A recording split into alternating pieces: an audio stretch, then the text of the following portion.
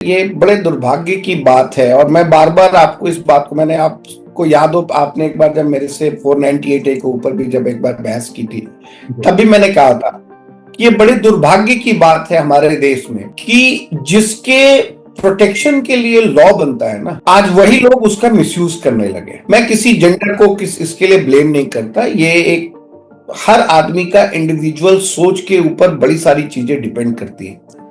पर we as a society, अगर हम उसमें फेल हो रहे हैं ना, तो हमारे यहाँ जो कंसेप्ट है ना वेलफेयर स्टेट का, वो state as a state also हम फेल हो रहे हैं। देखिए, लेजिस्लेचर का काम है कानून बनाना for the protection of the victims. हमारे कोर्ट का काम है to ensure that the law should be applied for the welfare of the people at large, irrespective of कि कौन विक्टिम है, कौन एक्यूज्ड है।